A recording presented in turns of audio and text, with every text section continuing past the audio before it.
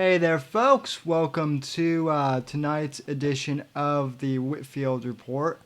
I am your host, Sam Whitfield, broadcasting live here from NGC Studios, and I am joined via Skype by Sean and Phil of Real News on Versa Media and that podcast network, even though it's only one podcast currently. So, and I'm dressed up a little bit tonight because I've been told that that's what professional podcasters do. And Holy shit, you're dressed pimping today. Holy God. What's up with that shirt? My God.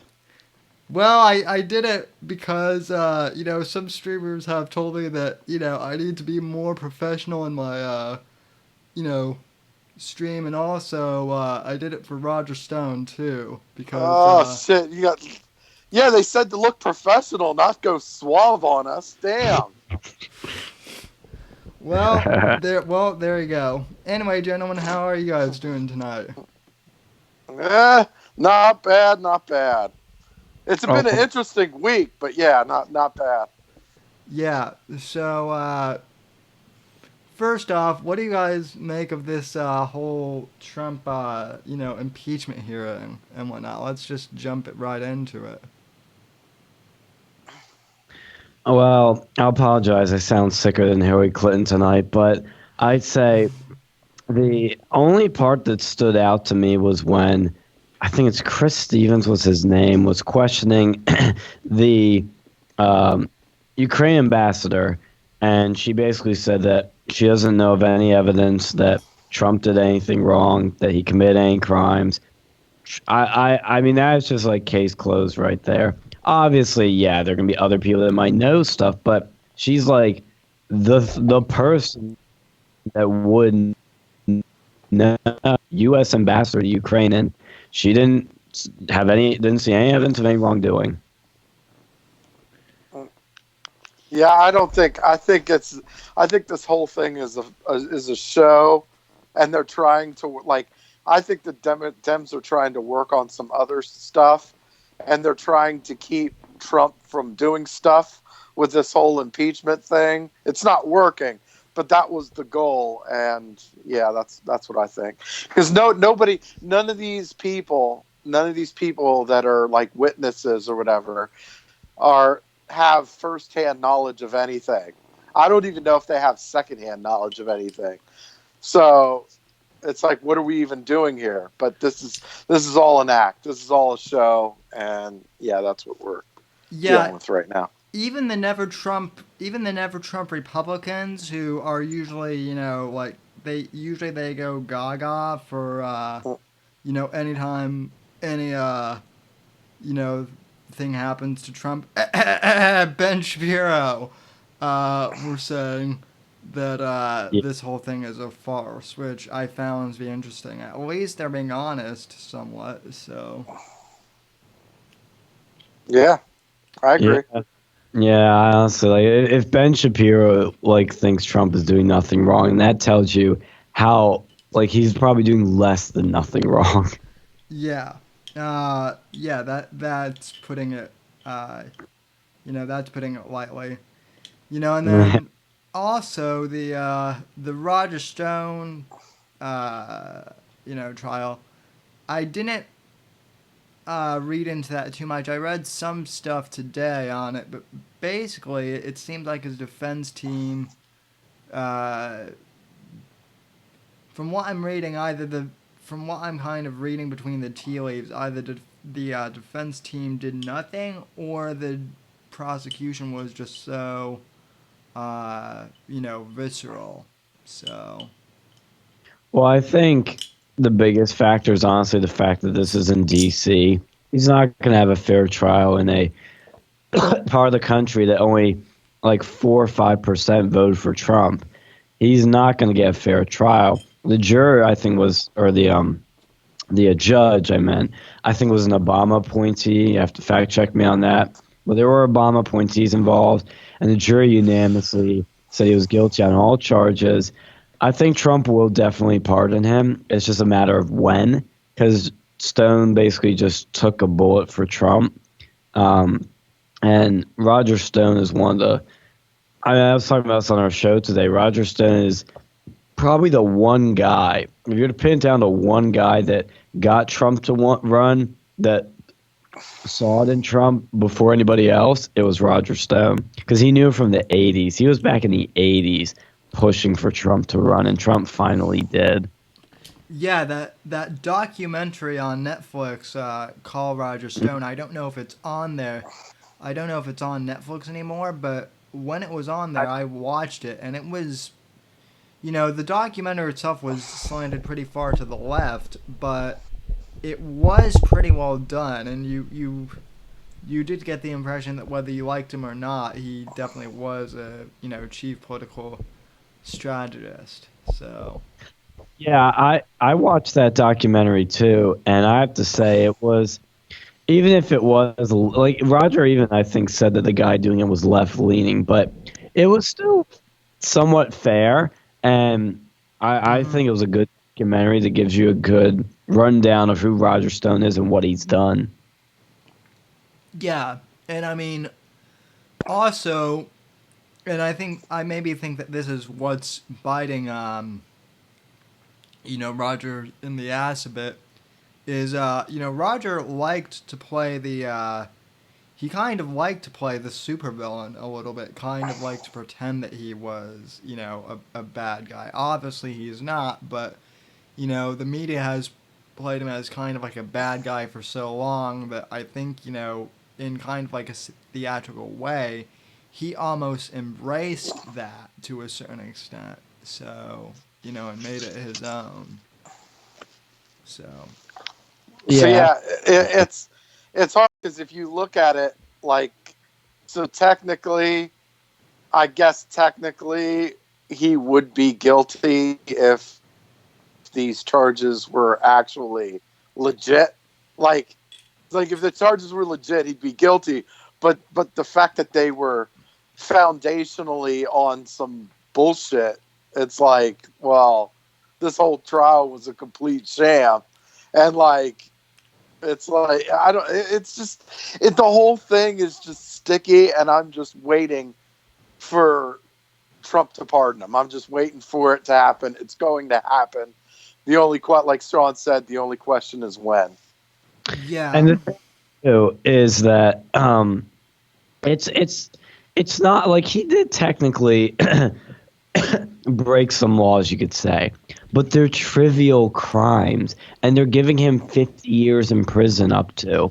That's a death sentence. He's old. He's gonna die in prison if they give him, you know, 20 years at least. So that's what's crazy about us because guys like Brennan, Clapper, Comey, all these people admitted some of them to doing bad things. But do you see them in court? Do you see them getting 50 years death sentence? No, you don't. And that's the difference here. It's a clear bias. They know Rogers effective. They know he helped Trump, get Trump to where he is now in the White House. And they're trying to take him out, and they, for now, have. But Trump can just pardon him. Well, and I know that people are, going to be really pissed off, when I say this because, again, why bring up Hillary? But again, Hillary basically bleached, her email server when she was Secretary of State, which is a federal, crime in and of itself, treasonous, some would argue, and yet she got basically a slap on the wrist, literally. She didn't even get a slap. She didn't even get a slap on the wrist. Like what? What would be a slap? Like a slap on the wrist for something this egregious would be something like a barring from office or something like that. She didn't even get that. She got nothing. There's Yeah. no slap on the wrist. Yeah, I mean it's ridiculous. I just and a conservative hippie in the chat and a few other people are saying that Trump needs to pardon Roger Stone, and I mean that seems fairly obvious, but with the with the impeachment hearing, and this is the other thing. I'm not too into conspiracies, but it's very odd that this impeachment hearing begins right as the Stone trial is, Yeah. concurrent. Almost as if they're trying to kind of tie Trump's hands so he can't pardon. Or if he does, it'll look bad. Yeah. He's. I don't think that's gonna. I really don't think. I know I disagreed with a couple of people on this. I don't think that the timing of it really is going to matter because Donald Trump just pardoned a couple of military officers and restored There was a Navy SEAL that got in trouble for taking a picture with a dead ISIS soldier or something. He restored that guy's rank too.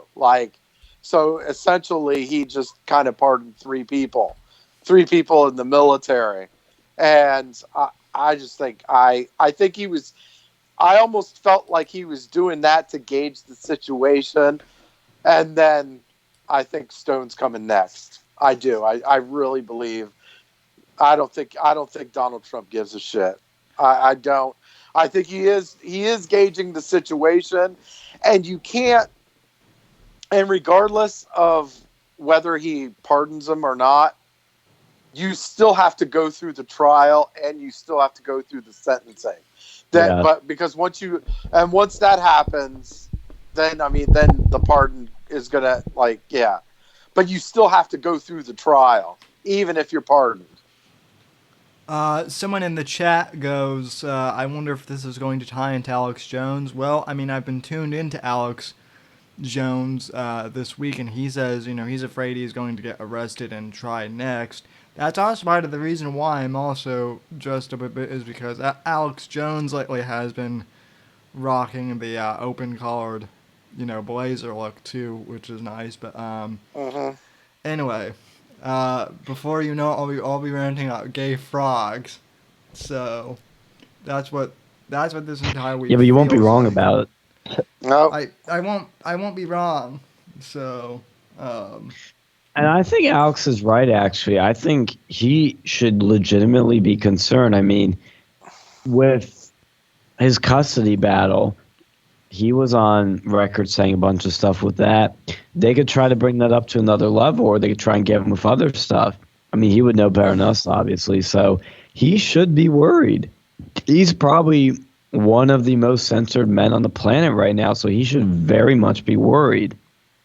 Yeah, he's censored. Although his son right now, Rex, is kicking ass on social media, and I had no idea how young that kid was either. He's only like 17, but I thought he was close to our age or something. He kind of reminds me of a mini Dictator Phil almost. Oh, no! There you go. In the way, great. Great. So now I just got Dictator Phil arrested too. So. Here we go. They're gonna come take me. So part of me thinks, is asking myself this question. Okay, if or actually when Donald Trump gets reelected, what kind of fire is this guy gonna rain down? Because if he gets reelected, I'm assuming there's nothing more that they're going to be able to do to Donald Trump. Yeah. This is it, right? This is the second term. He's not going past 2024. What's stopping him from going, okay, let's start greasing people left and right? So that's the thing nobody's talking about enough. Because they think he's going to be more lax in his second term, which I think he will be on some things, but I think on the draining of the swamp, in his last few days of his presidency, he could literally pardon so many people. So many people. Yeah. On. Yeah. And there's nothing, and depending on what happens in the House, right? Because everything's in play, right? I think they're still going to keep the Senate. I think the Republicans will still keep the Senate. Yeah. But but I think they might actually gain seats too, to be honest. But um, the House, depending on what happens with the House, like say the Republicans get back the House, the Dems could be in some deep, deep, deep, deep shit. Like deep, like really deep. Well, It could get bad. well, let's hope that's the case. I mean, worst case scenario, Trump doesn't win re-election, and we get stuck with Warren for 4 years. That's the worst case scenario. He's not going to get fully impeached. I don't think Mm-mm. that's. No. They'd like that so that they don't have to contend with him. Oh, In and if that happens, you better believe, oh, fuck ton of pardons are going to be happening after that too. Like, oh, what? President Warren's going to be happening. Oh, so I got 1 billion pardons to make by January 20th or something. well, and Yeah. yeah. Well, and you know that even if like Trump does get impeached and Mike Pence has to run, see, here's the thing. I know a lot of Republicans who are MAGA don't necessarily like Mike Pence, but here's the thing. I will happily vote for electroshock daddy Mm-hmm. before Sparky. before I think I think he was put in the vice president seat as a backup plan, right? As an insurance policy, like because people know if if you're ballsy enough to try to get Trump removed and succeed in removing Trump from the White House, you got Mike Pence, who's even way more right than Yeah. Donald Trump. Like, do you really want that? Do you really want that? I don't know. See, I think that's an unintended case with Pence picking Pence. I personally think Trump picked Pence to get the evangelical vote because he wasn't doing so hot in that. Mm-hmm. You can see that in the primaries. And the smart thing to do would not be to appeal to the middle. In his current state, there would be to pick up as many votes you can from the right and cap, because that's a lot to get Mm-hmm. an evangelical vote, and that's what Pence did, and then go for the middle in the general. But you know, I think Mike Pence, though, like Phil says, you know, I don't particularly like Mike Pence, but if I would vote for him any fucking day over any Democrat ever. I mean, that's where Republicans kind of annoy me. Is when the chips are down, they'll be like, I'll vote Libertarian because so and so did this one thing I don't like, and I'm like, you're helping the Democrats. Look, they're all like everyone's greasy. Okay, deal with it. All right, everybody that's in DC is greasy. Yeah, Okay, get over it. Like you're voting, you're not really voting honestly. Like as far as president or Congress goes, you're not so much voting on the particular person. You're voting for the defense of what you believe in, yeah. pretty much.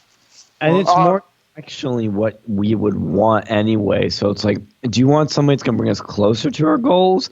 Or are you going to vote for somebody that doesn't have a chance of winning and then elects a Democrat that pulls us further away from our goals? that's why Trump's election was so historic, was because he was an outsider, and plus, I mean, he encountered so much resistance, not just from the Dems, but from the never Trump Republicans. You Yeah, the know, cock. yeah, uh, you know, Bill. What's his face? Bill Kristol. Oh, Was especially leading that charge that it was. You know, I mean, it was just nuts. And then the alt right, which I swear that most of the alt right is a DNC, psyop anyway, to make Trump look bad. That became a thing too. So, and yet Trump, Well, and yet no, Trump, sorry. Trump overcame all of that. So, plus probably Hillary was trying to rig the election and whatnot. So, And so it's even to this day, it's still an amazing victory. So Yeah, because he had literally everyone against him, and that's kind of like our event, like we talked about on this show, the Sargon event we had at Penn State. Like everyone was against us, and yeah, with success.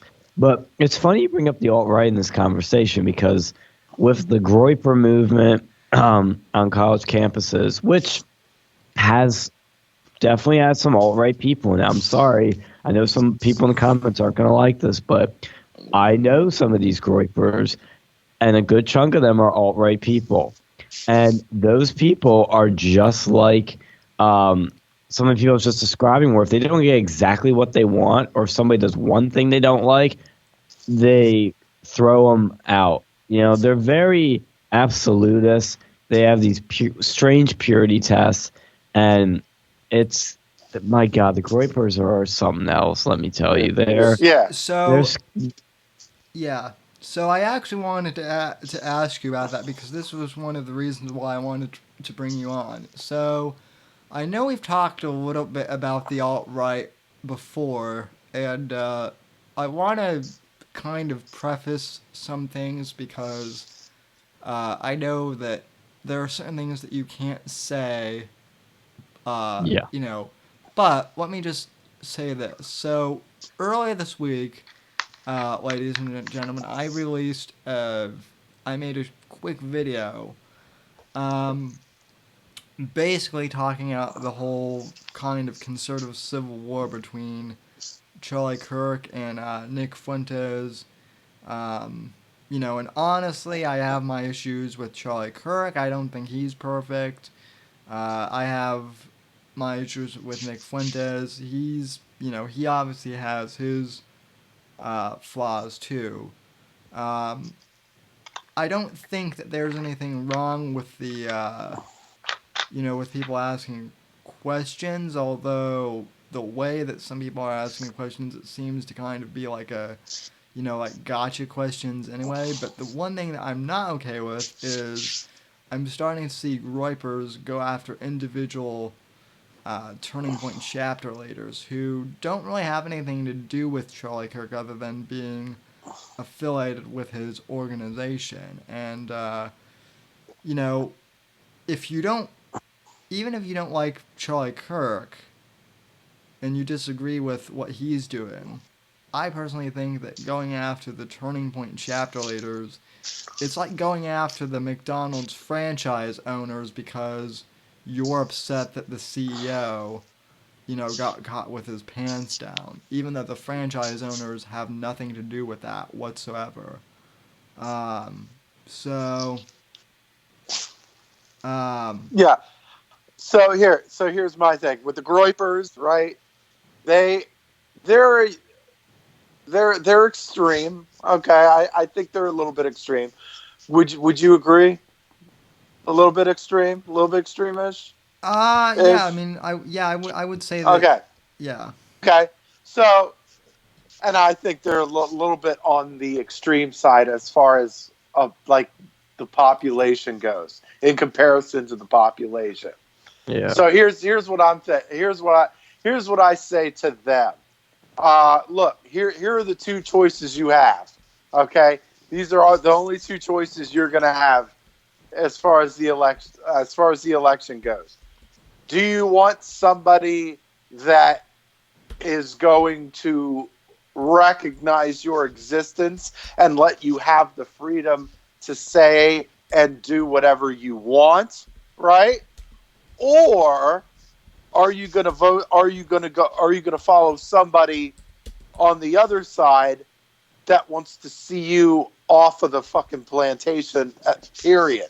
Right.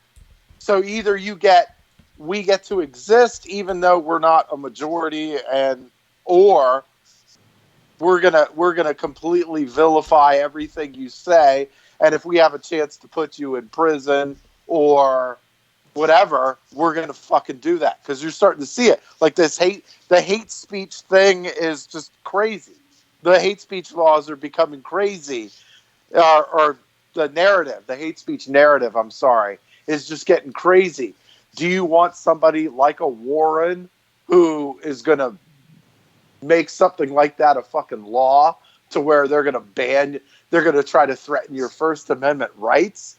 Or are you going to have somebody that protects your First Amendment rights to be able to say some of the extreme stuff you say? You're not getting anything other than those two. Sorry. Yeah.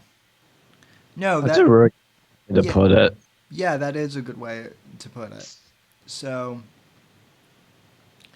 and I'm not necessarily saying that the Groypers can't, speak up on, college campuses or question Yeah. people. I don't think that's the issue. I think the issue here, at least kind of, well, I mean, I don't want to speak for you guys. I mean, you obviously, Sean, I know you've had some experiences with the Groypers a little bit, but to me, it seems like it's one thing to ask, to ask like serious, legitimate questions. It's another thing to go up there and ask Charlie Kirk ridiculous questions do you think anal sex will help America? Or, whatever that stupid question was. And, or are you owned entirely by Jews? Or something like that. Yeah. That was crazy. That was totally crazy. Well, and the thing is, when those things happen, you gotta know how to handle them. And my strategy is you answer the question quickly and clearly and swiftly, and then move right to offense. This is what Charlie did in North Carolina with the Groypers, and that's where he had his most success. That's where the Groypers lost. Even Fuentes admitted they lost there. That's how you deal with these people. Don't shut them down. Don't call them racist. Don't call them sexist. But what you can do is answer the questions, get everybody to clap on your side, and then start grilling them. Be like, all right, are you a Trump supporter? Do you believe this? Do you believe that? And what Charlie did, and a few of them, was prove these guys, like, you're not really Trump supporters. You're not really conservatives. That's what they were trying to say to him. He flipped it on them. And the other thing he did, which was like something I would do too, is like, I'd recommend doing is you ask them, like, do you like Identity Europa? Do you like any of these groups? And most of them would say no, but he would get other people that'd be like, yeah, I like them. I support them. And somebody that was a supporter of Identity Europa came up to the mic. And he debated him. And that's what you should do. Conservatives have always been about debating and letting people have a free platform to debate, exchange ideas, and we should keep doing that. When you start going against that, that's when you start losing. And like I'm so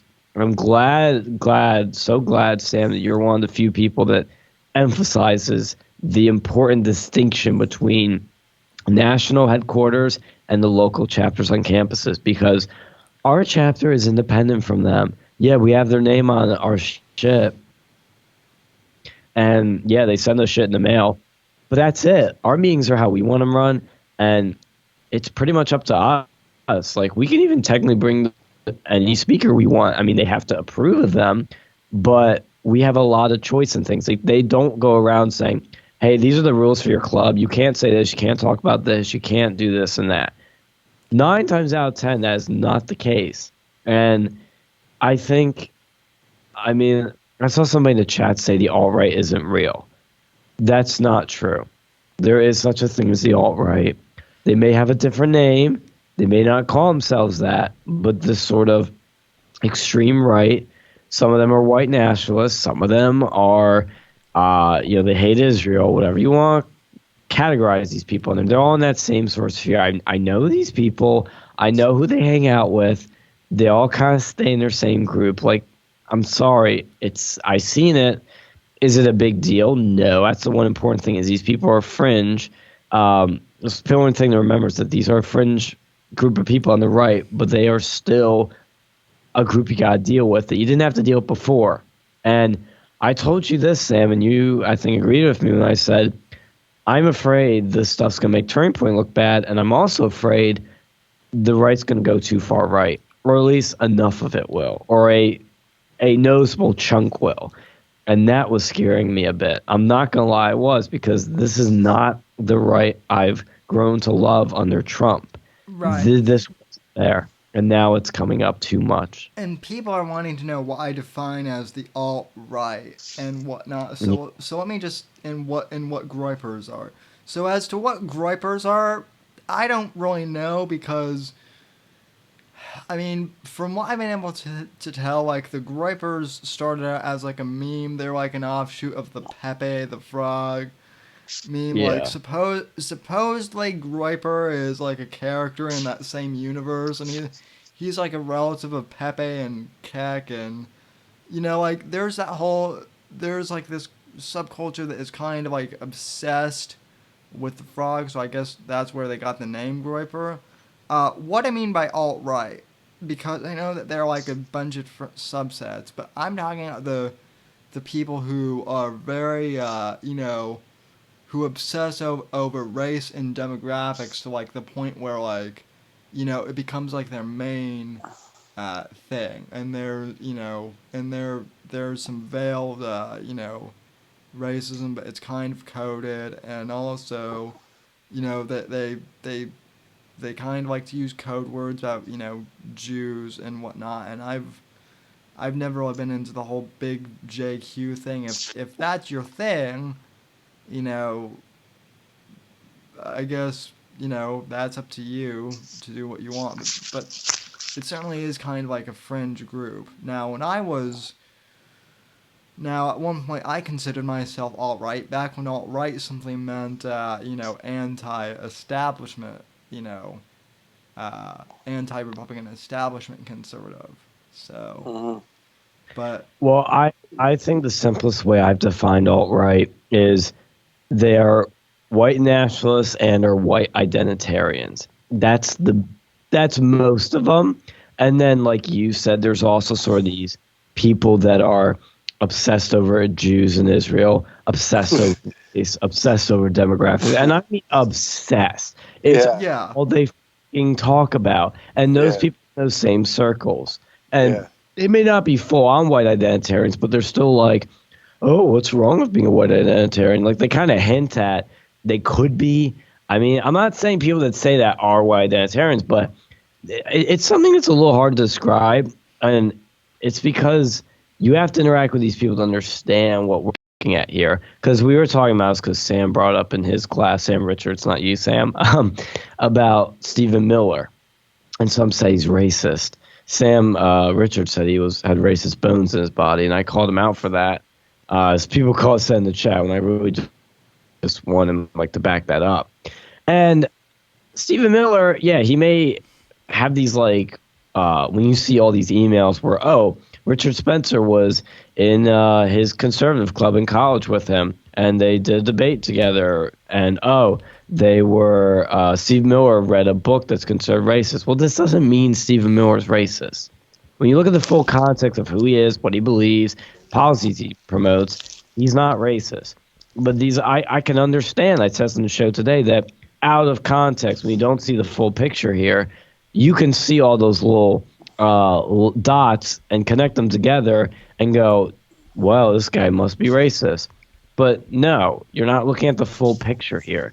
And with these alt-right people, I've noticed is when you do look at the full picture, you'll notice they have secret Twitters where they say racist shit. Some of them will even start to say actually racist shit.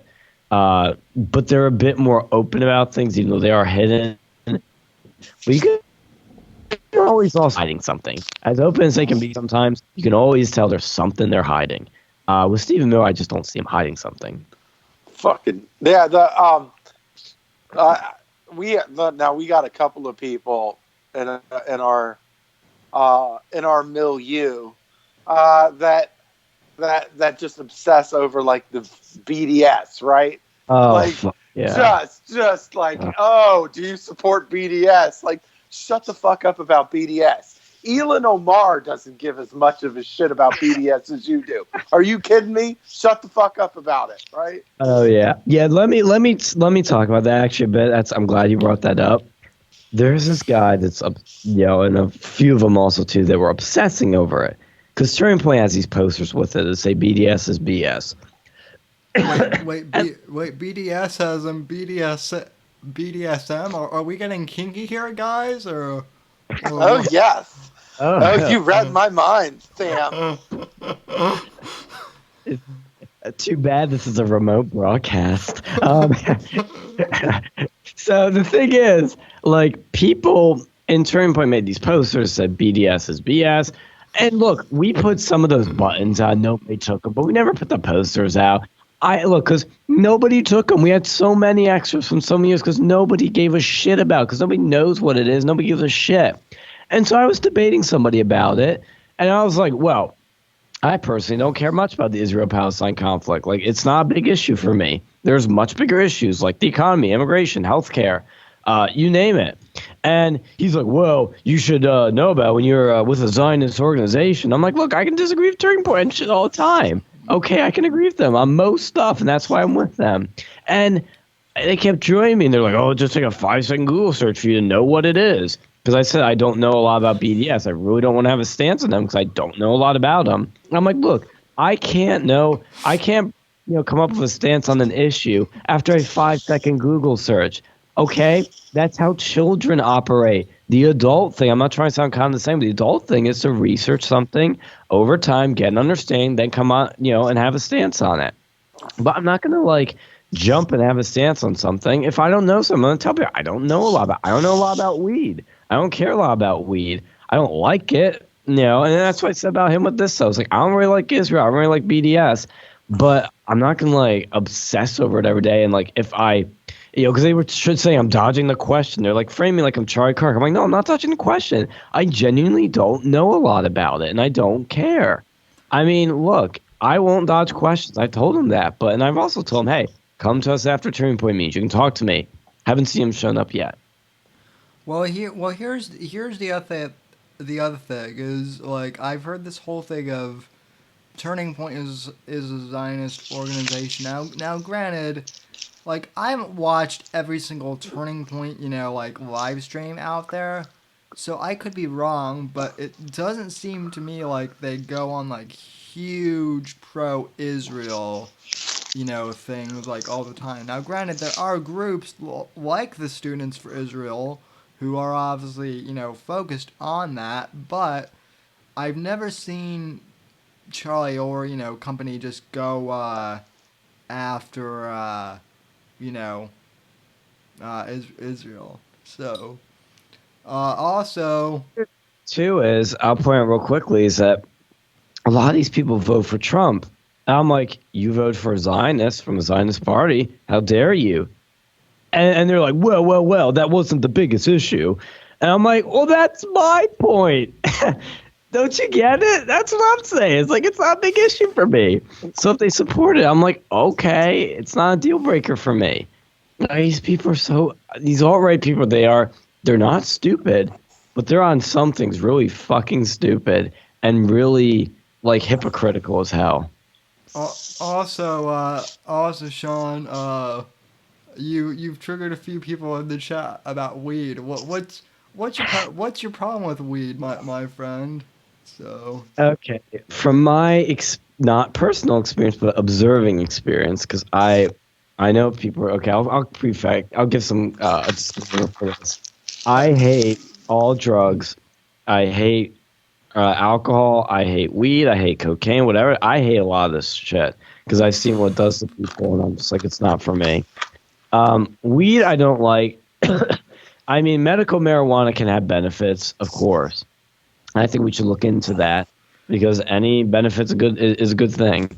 But weed, from what I've seen, what it does to people, it has different effects on different people, But from what I've seen, I know it's anecdotal. I don't want to generalize too much, but it can make you super paranoid. It can make you, over time, if you get quote unquote, I don't want to say addicted to it, but you like doing it a lot in a way. Because some people told me they have been addicted to it, but some say it's bullshit. But those people makes them lazy, makes them stupid. And at the same time, though, I think I wouldn't necessarily put something in my body if I don't know how it's going to react, especially if it can react negatively. So I think it's just one of those things that it's best to stay away from. I don't think that's a controversial stance. But, I personally don't know how I feel about legalizing it. I leave up to states to figure out how it goes. If it becomes a big issue, well, now we know. If it's not a big issue, well, now we know.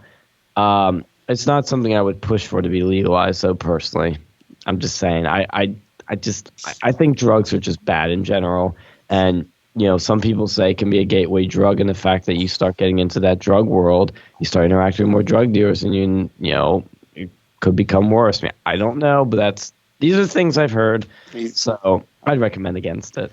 he's right. He's right, though. Let's be real. He is correct. It is a gateway drug to Funyuns and Grateful Dead. Okay, total gateway. I'm kind of with Dictator Phil on that one. Look, Mm. I haven't smoked weed very much, but the few times I have, I mean, I just got like super chilled out and didn't really do do anything. I mean, I Yeah, certainly think that's it. some people. I've heard that many times. Yeah. Yeah. I don't have a problem with it as long as you're like doing it in moderation, I guess. But like, I don't like if somebody smokes weed, whatever. It's your life, your lungs, whatever.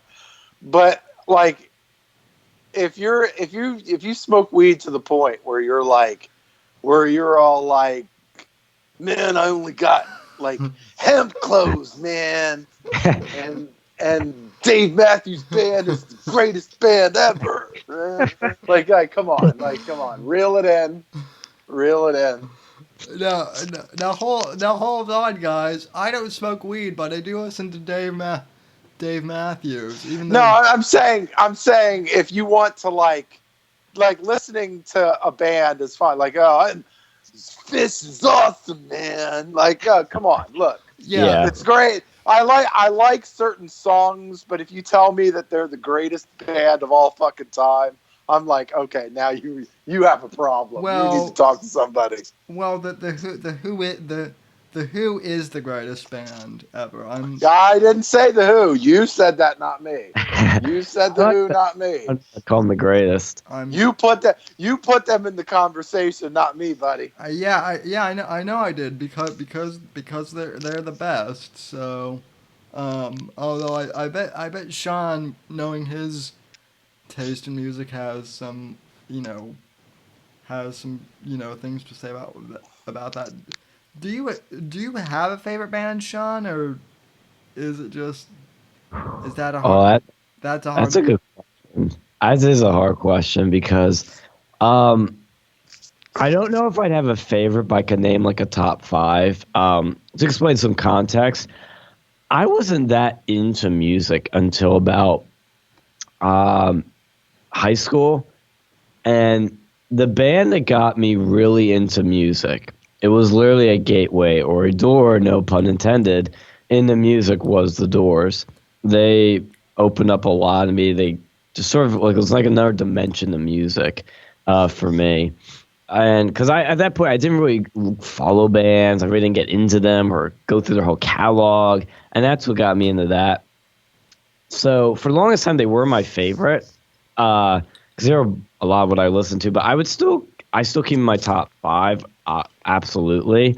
Somebody mentioned Depeche Mode. Yeah, Depeche Mode has some good songs. I have two of their albums.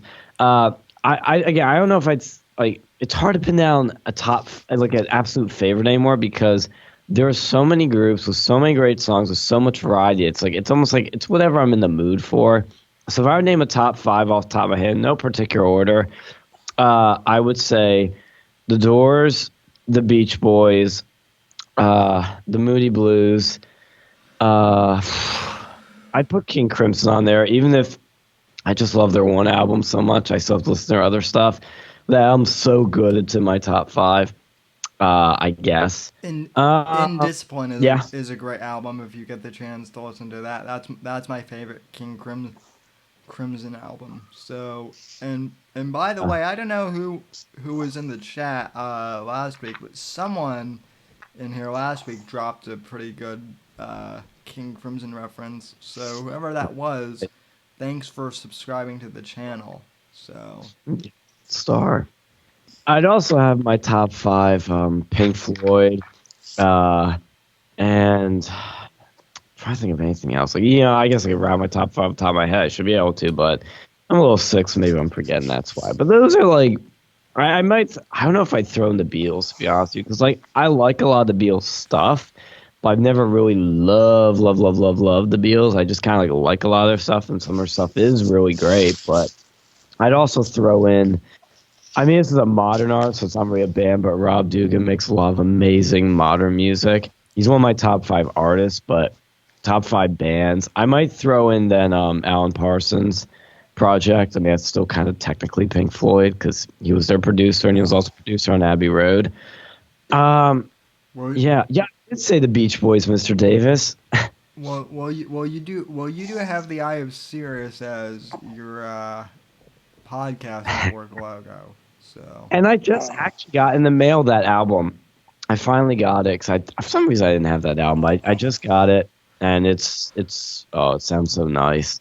wait, I bought you got it in the mail, meaning you ordered the CD or you ordered vinyl. yeah, I ordered the CD. I'll probably start a vinyl collection, when I'm an adult. Oh, somebody knows Rob Dugan. You're my new favorite person. I'll subscribe to your channel. Um, yeah, I got the CD because that's just best for me right now. But vinyl, my dad's a lot. I don't know if I said this before. My dad has in still the cellophane. He still has Abbey Road, The Wall, a few Doors albums, a bunch of other albums. I think Wish You Were Here, a few Beatles albums too. Like it's just, I'm like, oh, I want vinyl now so badly. Just after seeing that. Yeah, I have a college professor who was really into vinyl. Whenever we would go into his classroom, he would always be playing vinyl. So I actually got to hear the first Led Zeppelin album, which I've heard a million times, but that was the first time hearing it on vinyl, and man, it was great. Yeah, it's cool. So yeah, I'm hoping to get vinyl started here soon too after college. I actually have. It's funny. I actually have a whole collection of vinyl, but no record player. Yeah. Um, so Yeah, because and my parents have vinyls, like lots of vinyls, but the record players, like I think we have record players, just I don't know if they work. yeah, yeah. And by the way, on a side note, to the chat, uh, and Alyssa will definitely appreciate this too. I just want to make it clear that Owen Benjamin does not know shit about Dark Side of the Moon, the album. I Did will. he shit on it? No, well, Owen. Okay, so okay, here we go again, folks. Here's another Owen. First of all, do you know who Owen Benjamin is? He's the little crazy guy. Yeah, he thinks the moon landing was faked, and he blames everything on the Jews now. Yep, and he actually doxed two of my personal friends too, but that's another. That actually kind of writes to the Pink Floyd thing. So he was trying to do like an analogy of like what Dark Side of the Moon is, and he failed miserably at it. And then he actually doxed a couple people, so that was lovely. But yeah, he's not a conservative either. So Mm. Dark Side Moon, by the way, is one of my top five albums of all time. I made a playlist recently, my top five favorite albums, and I have on there In the Court of Crimson King, Dark Side of the Moon, The Doors, Pet Sounds, and Furious Angels by Rob Dugan. Those are like my top five.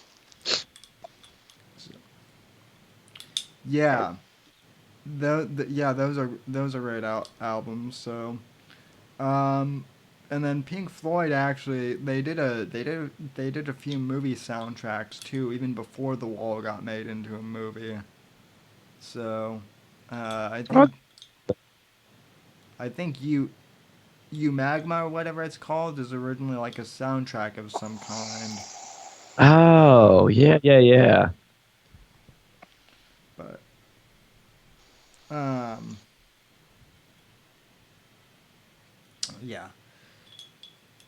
Now and Oh, you're having trouble finding a talking point? Okay, here I'll take over from here. yeah, And yeah.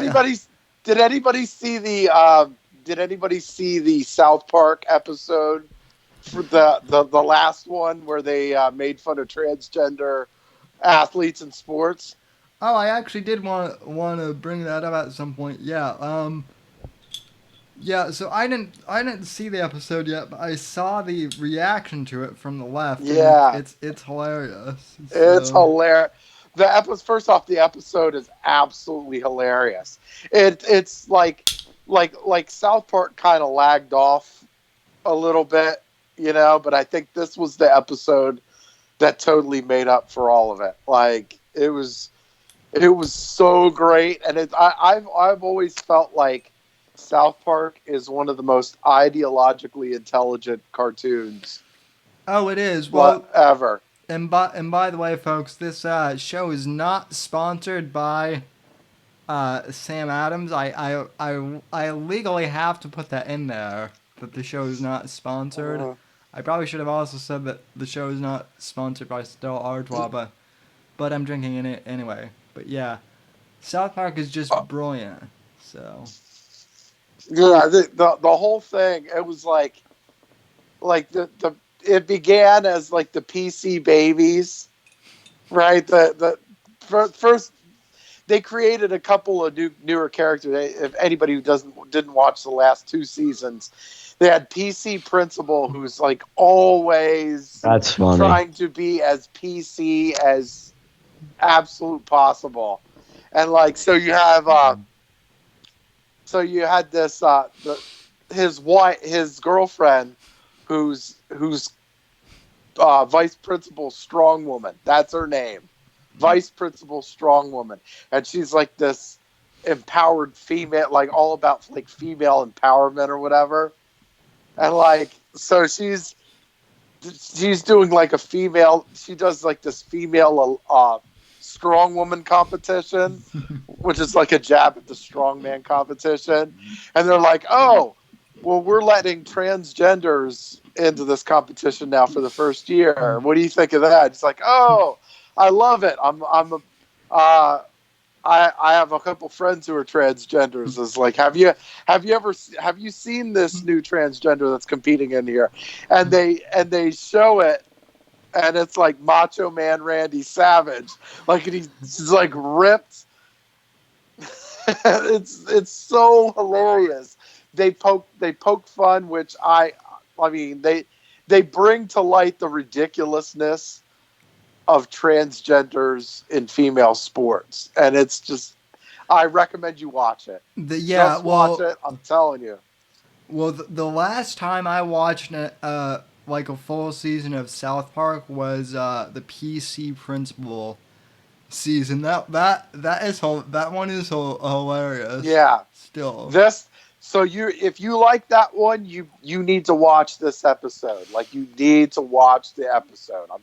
I'm telling you, it's hilarious. What I like about Trey and Matt is that they satirize everyone, but I don't know if you heard about this, but they were actually at an awards ceremony like 2 years ago or something, and I Trey like dropped a bomb and said, "Yeah, we're Republicans and we're conservatives. Thanks for this award." And I guess you could hear like a pin drop or something. Yeah. well, no, But what they was they've is always that been Republicans though. Yeah, yeah, but they satirize everyone. That's what's brilliant. So Yeah, it is. they don't on Wikipedia they say they're libertarians, but they were at an award show once, and when people they to screw with people, they would just say like, "Yeah, I like George Bush. Yeah, I think George Bush is a great president," and just to like trigger people. I think though, I'm not gonna lie, and I know I'm gonna get hate for this. I think South Park's a bit overrated, and maybe because I've only watched the recent seasons, because I watched. Um, it was this not the last season, but the season before that. I started watching it, and there were some funny episodes and funny moments, but I don't think the season overall was hilarious. And I started watching the next season, and I literally lost interest. That was the one that had like a school shooter theme going through it in the beginning. I don't know if that carried through, but I'm not gonna lie, I literally lost interest. The PC Principal episode though is hilarious. I do like that a lot. And I think, yeah, I remember Strong Woman was coming into play in that season I did watch, and I thought that was kind of funny. But it does sound like this season they're going a little more edgier, I guess you could say. Like they did the show of China that got them in trouble. Oh And yeah, then, that one. yeah, which I should watch that, and it sounds like this one's getting them into some trouble. But the thing that actually got me into the show is when I saw this like clip that was like where they were mocking 23andMe, and they were like, "I'm 1% black, I'm 1% privileged." So they were doing stuff like that. I thought that was funny, but like, I'm not gonna lie, I don't laugh much during a South Park episode. I don't know why. Maybe it's because I'm watching the recent ones; they're not that funny. But like, I'm not gonna lie, I don't know why it didn't hit with me that well. Well, here's the thing. I'm not one of these people that has like watched every episode of South Park either, because yeah, like some seasons are good, some seasons aren't so good. But I mean, there are gems, and the 23andMe one is hilarious. Is Yeah, hilarious. So Mm-hmm. Mm-hmm. also the one with the Catholic priests that they did like a year or so ago. That was hilarious too. With that's the thing. When they're most controversial is when they're funniest. You know, like when they went yeah. after Scientology, I did see that one. When they went after, like one person mentioned in the comments where they made an image of Muhammad, like that. That's where I think they're their best is when they're really pushing the boundaries. When they're kind of like, mocking school shootings. I'm like, or mocking weed or something. It just I don't want to say it's a safe play because it's not like mocking school shootings, but some of the stuff they do make fun, like Trump. I'll give you that one. When they make fun of Trump, it's kind of like okay, whatever. You know what I mean? Well, they made Mr. Garrison the substitute teacher who was Yeah. trans and then went back. I mean, he's basically Trump. So Yeah. Yeah. I mean, I wish though that we could get more of this type of stuff out there, though. More right-leaning comedy that's genuinely funny and that makes fun of the things that need to be made fun of. Milo is amazing at this. Like when he makes fun of SJWs and feminists and anybody that's insane, he does it just beautifully. But we need more of that. And we don't have enough of that. South Park is kind of like I don't want to say they're middle of the road, but they're like they lean right at times, but they also kind of go in the middle sometimes. Like I want something that's more consistently like bashes things that need to be bashed, if you know what I mean. well, I mean, I kind of inadvertently fell into the conservative comedy bubble. I started off as kind of like a strict political commentary guy, but in the last, I don't know, year or two, I've kind of fallen into the conservative comedy circle. I guess so. Yeah. Um, people people think that this show is funny sometimes, even though I don't even try to make this funny. So, but Yeah, I think with the comedy scene and just in like media in general are just they're like trying too hard to pander to Yeah. the advertisers. They're Yeah. trying way too hard to pander to the advertisers when in reality it's a relationship. It's like an even relationship. Like you have to have content in order to advertise to make it successful. If you just have bland shit, advertising it doesn't really do much.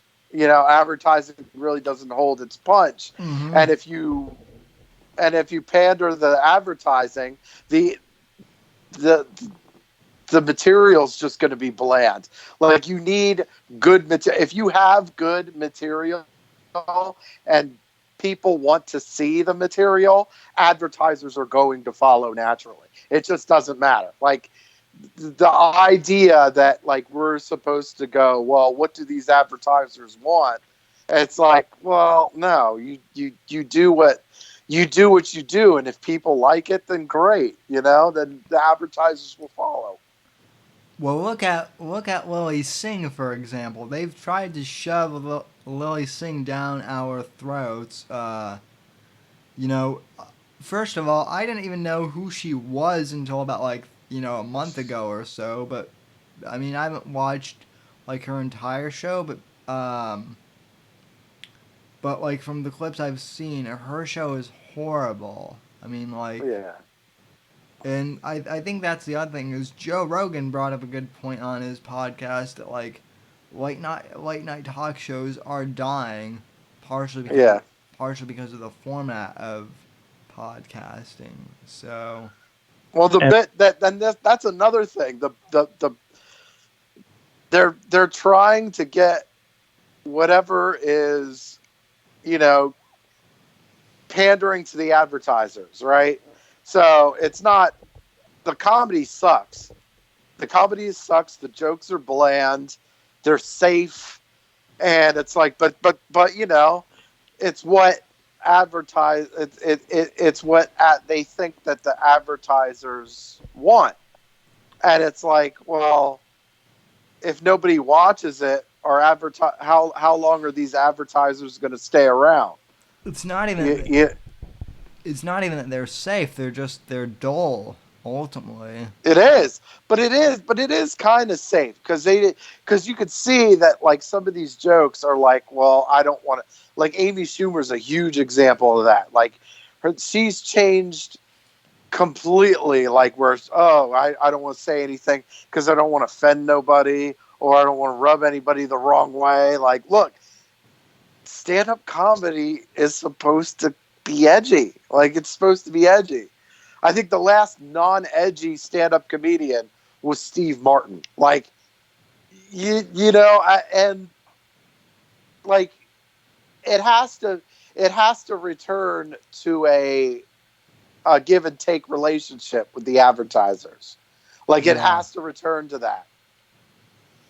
And until it does, then we're going to see more of the same shit.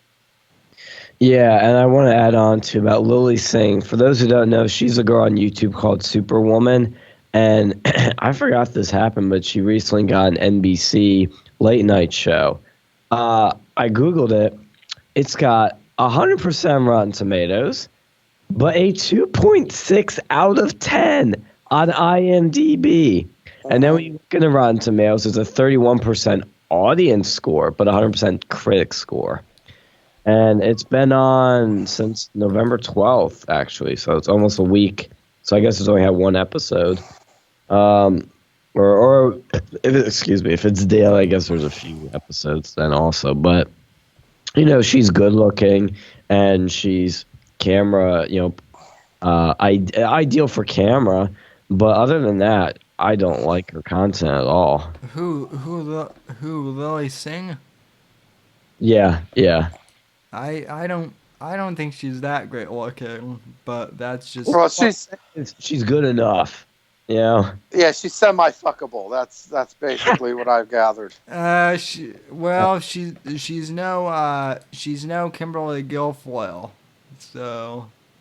Dude, I don't know. Kimberly Guilfoyle, too much makeup for my taste. Yeah, I agree. So what's up with Don Jr. these days? What do you make of that whole thing with his book and whatnot? I mean, I like the guy, but I don't know. I will say that he, I think, got stuck in the middle of a crossfire between the Groypers and Charlie, and it's not his fault. And if you noticed, after his event, where Charlie got booed, and so in effect he got indirectly booed too, you could say, by just being on the stage with Charlie. The next time when Laura Trump was on tour with Charlie, when the Q&A started, she went off the stage. So I think that was a person. I bet that was a move to make the Q&A happen, but not have one of the Trumps get booed. And I don't blame him for doing that. I wish his book had a better title and a better subtitle, like Triggered. I mean, that's kind of, I don't want to say cringy, but it's kind of like bland. Like, I expect better from Don Jr. And I don't even know if he thought, That like what the process was with that or whose thoughts were where and what, but I wish it had a better book title, to be honest with you. But it's number one, so what am I saying? Well, honestly, and I know this phrase gets overused now too, but that seems like a boomer conservative, title. Like all of the boomer conservatives are like, we're gonna go trigger some libtards, and they're gonna get like super triggered, and it's like, okay, boomer. So Yeah. Well, and I use the word triggered all the time, but it's like, for some reason, it's like in the context we'll use it in, it's more natural, it's less forced, you know. And Junior's a great guy. Like he's cool, he's smart. Um, have you met him? I have actually, yeah. When he Really? came here, yeah, I shook his hand. I also met Eric Trump in 2016. But I didn't get a lot of time with Junior. But I just think I think he's a cool guy. But I think the one thing that's hurting him, and I saw this at our event too here with Campus Clash. What they did with the Q&A here, which everyone hated, was they said you can send questions in on Twitter and we'll pick them. And they also had some softball questions that were being fed to volunteers to do at the event. Uh, and the thing is, the problem is when you do that, because this was because of, I think Don Jr.'s people or people above him had it this way. That's what I was told. I could be wrong. That's just what I was told. The problem with doing that is you don't get them prepared for opposition. You know, you have to let him take the heat. You have to let him learn and know how to do it. I know he can do it. He's an adult. He can do it. He's a smart guy. But they're like softening him. They're like keeping him safe. And if you don't believe me, look at that View interview he did. When he was on the View, he didn't do so hot. I love Trump and I love Trump Jr., but he didn't do so hot. He had some good moments, like when he called out, uh, I forget her name for Jo- the black jo- stuff, Joy Behar. Joy Behar, and uh, it was just unfortunate that he could have done so much better there. He looked a little too on defense and a little weak, a little taken off guard. He didn't look strong and confident like he should and like his dad does. If he was experienced with dealing with opposition and dealing with the media, he wouldn't have an issue with that. And somebody in the comments said Eric is a douche. No, Eric is one of the nicest, most down to earth guys you'll ever meet. He was great, absolutely amazing. Yeah, I haven't met any of the Trumps. So I mean, I'll take I'll take your word for that. But Yeah. I will tell you that when I've been to New York 6 times over the course of my life, and the last time I went was in the spring of 2016. So Trump had just been declared the party nominee, and so I went into Trump Tower because I figured, hey, this will be the last time I'll get to visit Trump Tower before it gets locked down if Trump, wins the election. And sure enough, I was right about that. Um, I got to meet. I so this is. I think this is impressive. I actually got to meet Trump's elevator man, the guy who literally pushes the elevator buttons for Trump and his family or his staff. Oh Um, wow. Cuban, and uh, he's from Cuba, by the way. So, he's Latin American, and the first thing he said to me was, I've worked for Mr. Trump for 30 years. He said, don't believe anything what the press tells you about him. He's not a racist. He's a very nice gentleman, and he knows everybody by their first name here. At least those of us who are long time employees. So that just at that point I knew for sure that I was going to vote for Trump, and I also knew he was going to be president at that point. Yeah. You know, anyone anyone at that level as a corporate executive who knows, even like their lower level employees by their first name is a winner for sure. So Mhm. Yeah, and that's what I've heard too. People that have worked with Trump, that have met him on personal level, they all love him.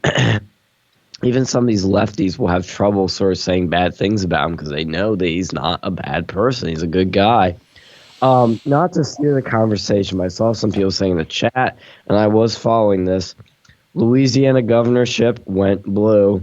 Democrat John Edwards won with 51%, and the Republican lost with 48.9%, with 98% reporting. Mm. Not good. Yeah.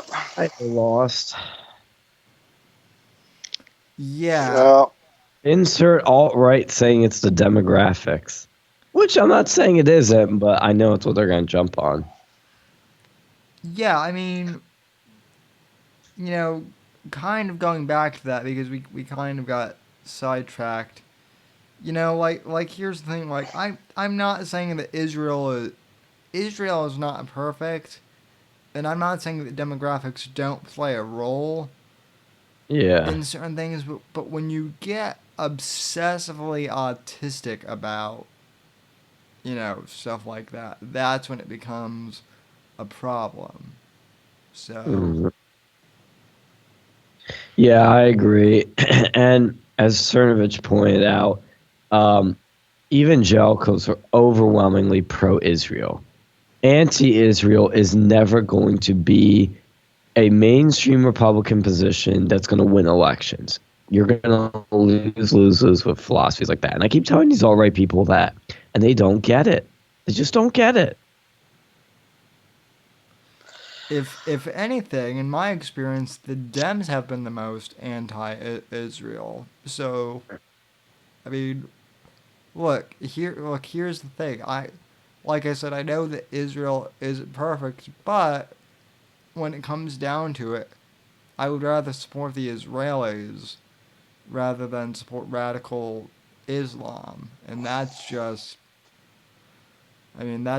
common sense.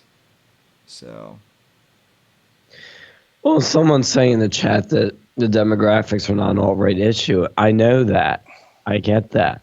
But like Sam said, the alt-right like fetishizes this. They obsess over it. Like it's just a weird, annoyingly degree. Look, I will admit it. Democrats are pro-immigration, pro-legal and illegal immigration because they know it imports Democrat votes. I get that. But what's the solution, guys? Tell me solutions. Okay, we can limit immigration. I'm for that. I think it's a good way to assimilate people and get more people on our side. Um, but we also need to understand that elections are won also through mobilization. You yes, can have, in Texas, a lot of Hispanics. So you would assume it would go left wing every time, but it doesn't. It's because the Hispanics there don't vote a lot. A lot of them don't vote for whatever reason. But the Republicans are good at mobilizing their votes there. Mobilization is a key, huge key to election. Like the two big keys are persuasion, mobilization. Convincing people in the middle, and then mobilizing people not only on your own side, but people in the middle and people that haven't voted before. But if you want to deal with demographics, well, you got to find ways to reach out to these new voters. That's one way to counter it, and to limit immigration. Those are two simple, easy solutions I think everyone can agree on. yeah. I mean, I think I think that limiting immigration is certainly a thing that we can all kind of agree on, but we're not going to outright. Okay, let me say this. I think we should outright stop illegal immigration, but I mean, Yeah. legal immigration, I don't have a problem with illegal immigration, especially Right. if we're getting people like engineering students or something here. And by the Mhm. way, that wouldn't be just from third world countries either. There are a lot of British citizens who want out of England right now because they're conservative and they know that Britain is going to fall is going to Yeah. fall. So Yeah, I totally agreed. We actually had this little discussion in our group meetings about this. A bunch of alt-right people were claiming that stopping all legal immigration, they then backed it up to only 95% is something everybody agrees with. I'm like, no, no, no, no, no. Most people believe in either keeping immigration the way it is, maybe increasing it. I don't know, but limiting immigration would be a more sensible stance that most people would probably come around to. We took polls, and overwhelmingly, everyone was against illegal immigration. Everyone said it should be stopped. When it came to legal immigration, there was some split, but most people believed it should either be increased, kept the same, or decreased a bit. But this whole stop all legal immigration, close the borders, is an unpopular position. well, I Yeah, mean, I mean, I like the I would be all for having like immigration reform or having some sort of thing where we bring in immigration and the numbers can vary or whatever. I'd be all for whatever numbers they decide like that are varied or whatever, but only after the wall is built, only after we get rid, only after we put a Yeah. plug on the illegal immigration. Like that's the first thing before anything else, and then we can talk about okay, you know, we could talk about the lottery or like what kind of people we can bring in like legally and whatever. But Yeah. yeah, you have to put a lid on the illegal immigration before that conversation can even happen. Yep. Yep. Totally agree. And that's the thing is like, and I know these polls are going to be inaccurate because they're in our little. I told these people this. They're in their little right wing circles on campus here. But even among that, people like immigration generally, legal immigration, as long as we're bringing in people that want to contribute to America, I don't see a problem with that. You can make Hmm. the argument that maybe that hurts people here. They're trying to get those positions too. That's a valid argument to make. But I believe we should make the best nation possible, the best people possible, have the best competition possible. That's just the way I look at it. As long as it's not hurting people detrimentally. And illegal immigration is like, to me, it's like I've always been against it harshly because, first of all, you're breaking the law. And number two, we need to know who's coming into this country. If you don't know who's coming in, well, how do we know that they're not criminals or they hate America? You need to bring in people that are going to work for this country. They're going to, going to be good people because it's a privilege to be an immigrant here. Like it should be like that's like a status symbol. You know what I mean? Like it's a certain status to be allowed into America, and it should be special and should be Hmm. treated that way. yeah, and I mean now someone's bringing up Dan Crenshaw, and look, as far as Dan Crenshaw goes as a politician, eh, he kind of reminds me of John McCain a little bit, and you all know how I feel about John McCain. But you know, I mean, honestly, I think Crenshaw would be much better suited to retire from politics and maybe just be like a motivational speaker, like lots of other wounded veterans. See, the Uh, problem. I think with Crenshaw, look, I've never been like, oh my God, he's amazing. I love him. And I've never been, he's John McCain 2.0. I hate him. Let's get rid of him. I've kind of been in the middle. I'm just like, eh. And kind of like where you are, it sounds like. But I think his problem is like, he can't be a motivational speaker because he's not that exciting. He's very sort of like military, calm and precise with his words. And it's appealing in some ways, but he's one of the least exciting speakers, honestly. He's very smart and he can be pretty persuasive, but I think he doesn't understand some communication things. Like for example, when he said he supported these type of red flag laws, look, That he that claims was they're when he different. lost me. Well, he claims, I'm just taking his word for it, and this, if he's right or wrong on this, it doesn't matter, but this just shows you how he's thinking. He claims that the red flag laws in Texas are different than the liberal ones, and they're not as crazy as that. That's fine, Dan. If they are, that's great. But don't call them red flag laws because communication wise, that's how people are going to interpret them as liberal red flag laws. They're not going to interpret them in the way that your red flag laws are. You should call them something else. Like this is why I notice with the right is they sometimes don't understand language. They don't understand communication, which Trump does. He gets it so well. It's because like that's what he specializes in. He's marketing. He's in television, and Crenshaw just doesn't. He just doesn't get that, and he also is always about, well, it's nuance. This is nuance. This is complicated. And I'm like, yes, that's true, but in politics, you gotta people gravitate towards simplicity. They gravitate towards somebody that knows what they're doing, that picks a side, that picks an option, it's going for it. And when you're standing there going like, oh, it's all nuance, like you're gonna get people that hate you on both sides for that, unfortunately. Yeah, well, the whole nuance thing, that was the excuse during 2012 with Romney.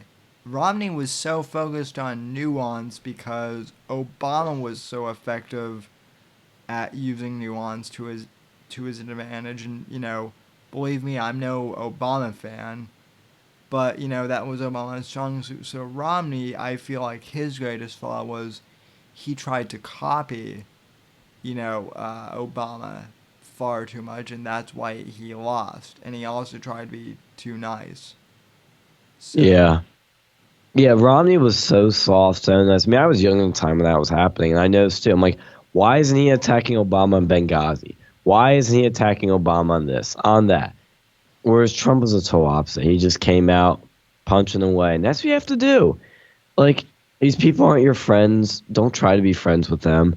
Just go after them, with both fists and, knock it out of the park. It's not hard, guys. yeah. Oh, and by the way, Neri, yeah, I think Sean is a little bit under the weather. Well, Sean and Phil both are. So, Yeah, sorry. um, I caught whatever Hillary had in 2016, so I will be out of all public eye now. I will have to just, get chucked into a van. so you're telling me that you have some terminal illness that no one knows about, and you might die. So. Yeah, I'm getting old and decrepit. It's just pneumonia, though. Remember that. It's a little hot out, so it's pneumonia. Pneumonia. Yeah, that was the worst. That was the worst excuse because pneumonia Yeah, is not just a just thing either. It's like you have pneumonia. You better go to the fucking hospital for that yeah, shit. So yeah. I mean, all serious, guys. I just have like an ear infection or sinus infection, but I'm making it through it. well, So I want what's the this week. temperature in Pennsylvania? It's got to be cold there. Oh, it's freezing. It's 27 degrees outside. When my girlfriend and I went to Subway to get something to eat before the shows, we are both starving. It was so cold walking these, few feet to that and to get some hot chocolate. It is cold here. It's going to go down to 22 tonight. Um, Ugh. and it's going to stay in the 40s for the rest of the week. Ladies and gentlemen, that's why I moved from Colorado to Florida when I was 18. I got sick and tired of the cold. So, Mhm. yeah, I do not like the cold at all. So, um, Oh, did you see, Sam? I don't know if you saw us in our Discord, but I posted in the news section. There's an article. I think everybody will find this quite funny. By The Guardian. This is real. You guys can Google this. Google Prince Andrews and you'll see it. The headline literally reads, Prince Andrew, I didn't have sex with teenager. I was home after a pizza party. Pizza. uh, y- yeah, I did see that. So, That's one of the funniest, craziest headlines I've seen in a long time. Like that, like literally made all the Pizzagate people just like wet their pants. yeah, Pizzagate is a really weird. I mean that Pizzagate, that's like a level of fucked up that like I don't even want to travel down that rabbit hole. So I feel like once you dive down those pedophile rabbit holes, Yeah. you're not gonna get your soul back. So No, I know somebody that really followed a lot. He said he saw shit that just kept him awake at night. Like there was some really fucked up stuff out there people found. And look, a lot Pizzagate is very, conspiratorial and bullshitty, but there was some truth in there. Epstein was a part of Pizzagate. Epstein turned out to be true. What else is true now? yeah. Annabelle says the Guardian is a left wing cipher. That's very true, Annabelle. My biggest problem with the Guardian is they keep lying about James Bond in their tabloid section. Oh yeah, yeah, yeah. Especially the new movie.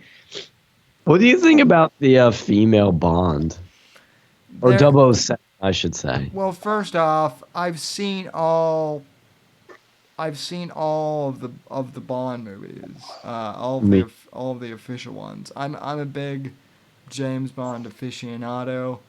Um, same. I don't mind if they have like a female 007, but for God's sakes, don't change the gender of fucking Bond and still have him be the character. So, Well, I think um, they're testing the waters with this. They're kind of through. I don't even because this is Daniel Craig's last movie. Now, I think what they did was is they put this news out there to see how people would react because they're trying to spice up the Bond franchise. They thought put her as a 007 for now. Maybe we'll make her Bond. Maybe, but let's see how people react first before we make a final judgment because they probably didn't know what to do. If they made a female Bond, that would be an absolute abomination. That changes the character fundamentally. And the thing I don't get is I thought 007 was attached to Bond himself. You know, I thought the code name was attached to him. I could be wrong on that. Some, more, uh, you know, um, deeper Bond fans might have a better, they might know that canon better. But I always thought it was attached to the agent. So I just, I thought it was too. So, which is why I think it's so it's like an indirect way of making Bond a female, or at least kind of giving I don't want to say the middle finger to Bond, as a man, but it's kind of like you know, it's kind of like that, and it's stupid. I'm sorry, like it's just stupid 'cause you're changing something that doesn't need to be changed. Like you can have a kick-ass female sidekick or even villain. Like they've done this before many times, and there's nothing wrong with that. Just don't change the character. well, my argument is all of the Bond girls are strong feminists, but because they still appeal to men, that's bad, and we can't have that according to fucking woke culture. Yeah. So, and Well, this woke culture has waged the war on masculinity. Like it's true. They hate it. Why do you think they love BTS? Why do you think they love these female empowerment movies? We're gonna replace the men in this classic movie with an all new female cast. they want to, like, I've seen these people. It's literally a fuck men um ideology, and it's like, I don't do that. I don't do that to men or women. Why are they doing that? No, here's the thing. The new definition of misogyny is just incredibly fucking overblown. Okay, I don't hate women at all. I'm attracted to attractive women. Yeah. There's a big difference between misogyny and actually being attracted to women. The feminists, because they hate men, they conflate the two. So, and I mean, I know that Dictator Phil and I could have a whole conversation about that because, in fact, in private we have.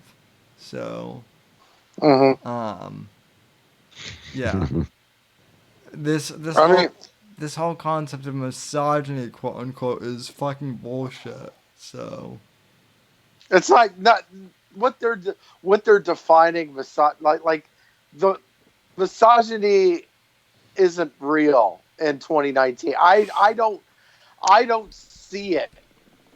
I don't see it. Like nobody, like people have. It's like with racism, right? People Yeah. are changing the definition of racism to mean something completely different to what it is. It's like no, the definition hasn't changed, right? And it's like, and I'm like, I I don't mind that if you can if we include women in anything, but they have to be able to do the job. Exactly. That's like when they allowed women ranger into the ranger corps, right? I was like, cool, don't mind, but they got to be able to do the standard, right? And it's like you can't lower the standard. You can't you can't make it easy on one person versus the other. If they don't meet the standard, they can't be a ranger. That's it, right? And some people thought that's a misogynist statement. Like, no, it's not. It's there is a there is a universal acceptance that the physical standards are a must to be a ranger in the United States military.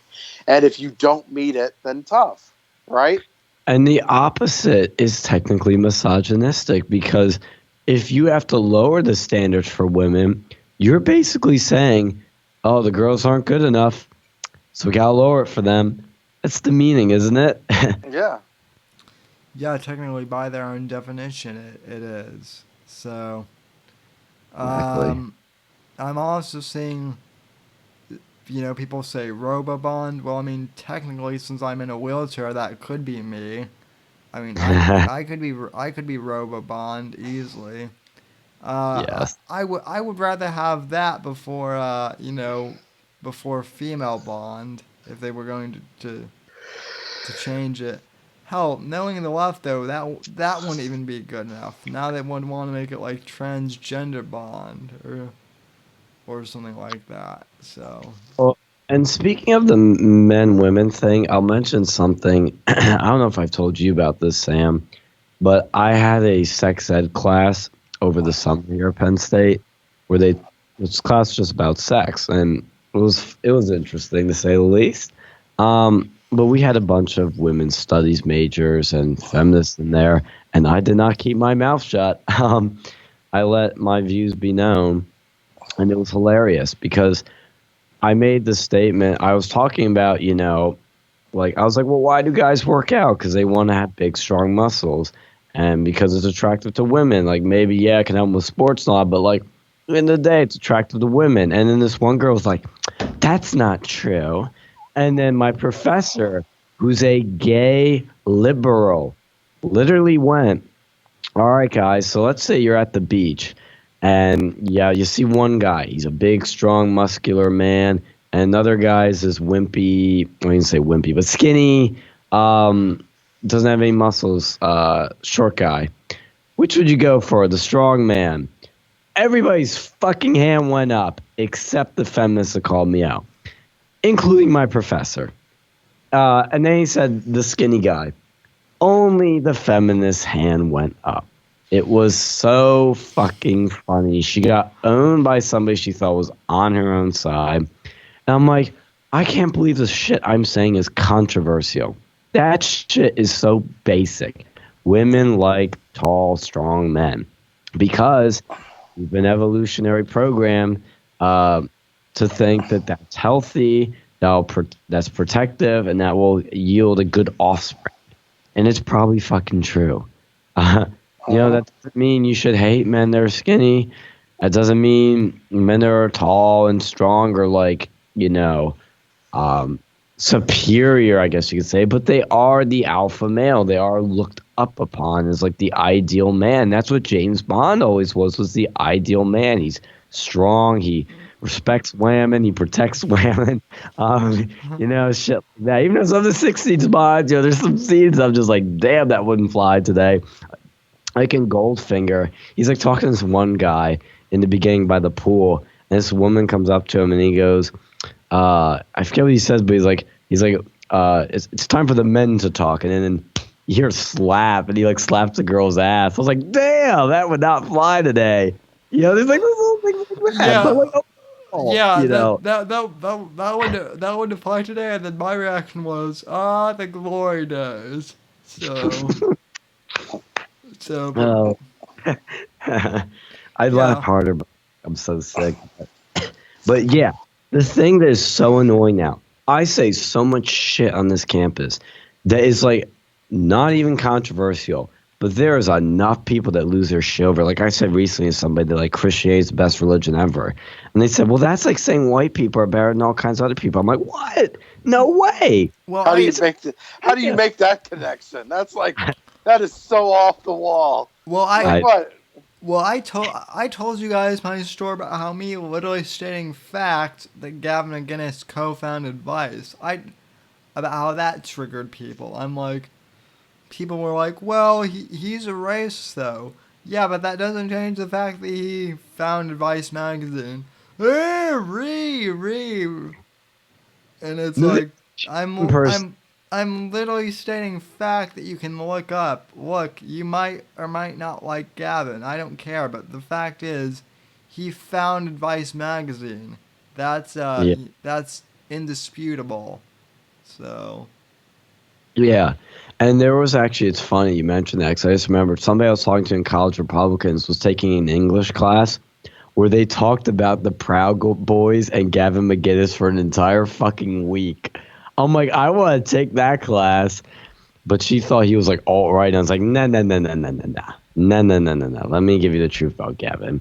And I kind of red-pilled her on Gavin and the Proud Boys. But, it's so fucking insane. It's like that Christian comment I made. He's equating it to like race. I'm like, dude. He's like, well, when you say Christianity is better, you're kind of demeaning and discriminating against and saying that other religions are inferior. I'm like, no, I'm not. You can say something's the best, but that doesn't mean everything else is bad. And he even didn't believe that, like, what he was saying. Like, got him to admit that. I'm like, dude, okay, let's take Scientology. And he goes, well, that's not a real religion. I'm like, okay, you can think that, but objectively speaking, it's tax-exempt status. It's a fucking religion. Okay, do you think Scientology is equal to Christianity? Do you think it's just as good? He's like, no. I'm like, do you think there's bad shit in it? Yes. Okay, you just say Christianity is better than Scientology. And he's like, I'm like, dude, do you get this? Do you fucking get this? And by the way, Sean, well, I mean, I don't want to out you here, but I find that amusing, especially considering what you've shared with me about your religious views. So. Oh no, I have to come out of the closet. Yes, I am an atheist. I don't believe that God exists. I know. Okay, haters, come at me. But I have realized over the past 2 years, or 1 year actually, year and a half maybe, Christianity is the best religion on this planet. It's best that we got, and it's important that we have it. It's what is the foundation for a lot of Western values, and the great things come out of the West. If you like it or not, that's what I believe. And I even said to my friend, like, dude, I'm an atheist. Yeah, I'm saying this shit. Like, what's your issue? And I use Scientology as an example. And I was like, okay, well, what about how Islam treats gays? Do you think Christianity treats them better? Do you think it's better to have those ideas, where we're not pushing gays off of buildings and we're not executing them by law? And he goes, well, yeah, I think that's bad, but I don't think that religion's inferior or not as good. I'm like, are you fucking kidding me? Are you fucking kidding me? Yeah, it's like okay,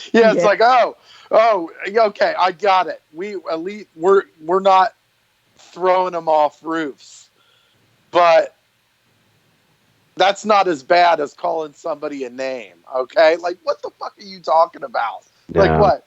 Like what? No, one involves death, and the other one involves getting your feelings hurt. Get the fuck Yeah, out of here. exactly. I know. That's why these lefties are fucking just impossible to talk to or befriend anymore. They get triggered over everything. And I'm just like, oh my God, this is not controversial. And when I said America's the best country in the world, he's like, well, that's kind of, that's saying some countries are shitholes and some, you're kind of making some, it makes it sound like some other countries are inferior. I'm like, some countries are shitholes. But England's a great Yeah. country, or was. Was. Yeah, was. Okay. Was. Yeah, they had a British Empire. To be fair, okay, they had a British Empire, and they've systematically lost damn near everything that's valuable to them. Okay, Yeah. they don't even own. To put it in perspective, look. They over the last couple hundred years, they've lost. Let's see, America. They've lost India. They lost Hong Kong. They've lost, quite a few things. They don't even own half of their own fucking soccer league teams, right? Yeah. Yeah. And the thing too is like I've noticed it's so controversial now to say more so than ever that some cultures are better than others. I don't get why that should be controversial. And he was like, well, we should try to understand, why they kill gays. I'm like, no, I want to fucking stop that.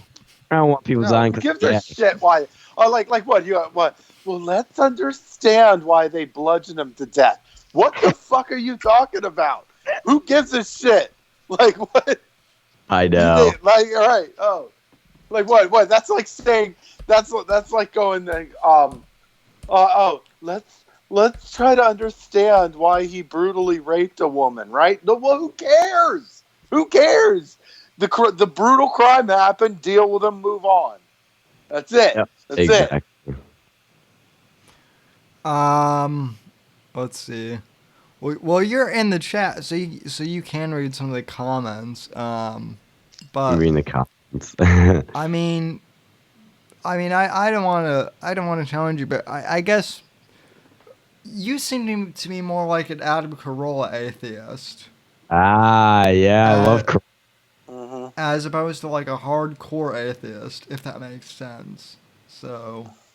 Well, I've kind of evolved on this. I'm not gonna lie. Like I said, I used to be very hardcore atheist, where I was like, religion's fucking stupid. Why do people believe in it? Like, fuck this shit, man. All religion suck, man. And I've grown to the point where I realize that religion does some good. Okay, it's done some bad. But I do think it's important in keeping a society cohesive and because religion can make people do a lot of horrible stuff in the name of God, but at the end of the day, laws aren't the most effective way of telling people not to steal. But if you tell somebody you're going to go to a burning place and you're going to behave for the in the afterlife and it's going to be shit, there's going to be a devil, that scares people because people are persuaded by stories, or persuaded by emotions, or persuaded by stuff like that. That's why I've come to realize. I realized that through my marketing, like learning about marketing, learning about persuasion. And I think also you got to understand realistically, we're not going to get rid of religion. Religion's going to stay here. It's always been here since mankind's existed. So we got to use it in the most effective way possible for the greatest good possible. And Adam Crow I do love. He's a smart guy, funny guy, cool guy, down-to-earth guy. I love him. Oh yeah, well, Adam Carolla. It's funny. I don't know if Ian Ellis is still in the chat, but Ian Ellis, if you're watching this, You asked if I was based off of Sam Hill, and the answer is no. My show style is more in the Adam Carolla slash Joe Rogan type of podcast slash style show. So, um, but yeah, like I have no problem if you're an atheist because at least you're not militant. I find militant anything to be really obnoxious. So, um, No, and I'll be the first to tell you that as an atheist, I hate most atheists because a lot of them are like these left wingers. They're sure. so annoying and so condescending, and I'm just like, oh, stop. Yeah.